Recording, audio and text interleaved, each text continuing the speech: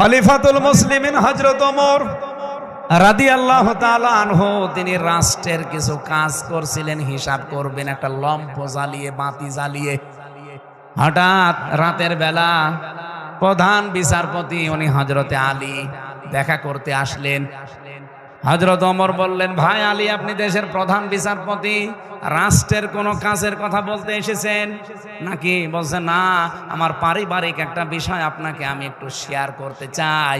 আপনি যেহেতু দেশের দায়িত্বে আছেন, আপনি আমাদের অভিভাবক, এই জন্য আমার পারিবারিক একটা বিষয় একটা সলভ করতে এসেছি আপনার কাছে। হযরত ওমর সঙ্গে সঙ্গে যে বাতিটা জ্বলছিল উনি ফু দিয়ে লিভিয়ে দিলেন। হযরত আলী বলেন, কি?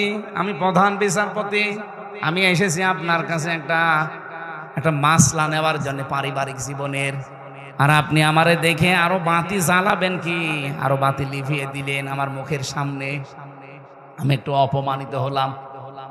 হযরত ওমর বলে, ভাই আলী, আপনি দেশের প্রধান বিচারপতি, ঠিক আছে, আপনি এসেছেন আমার সাথে দেখা করার জন্য, তাও ঠিক আছে।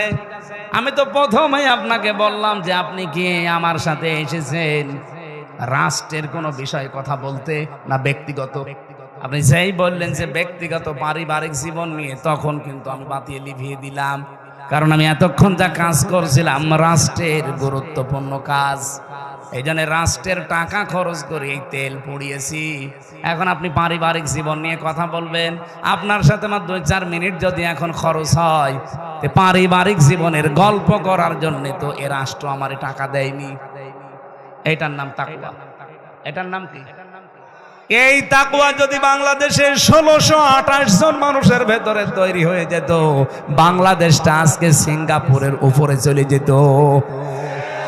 কোনো অভাব নেই এই দেশে, অভাব শুধু মানুষের তাকওয়ার। এই কথা বলেন না কেন? দরবেশের মতো মানুষ এত বড় দাড়ি নিয়ে 36,000 কোটি টাকা চুরি করেছে, এর তাকওয়া আছে?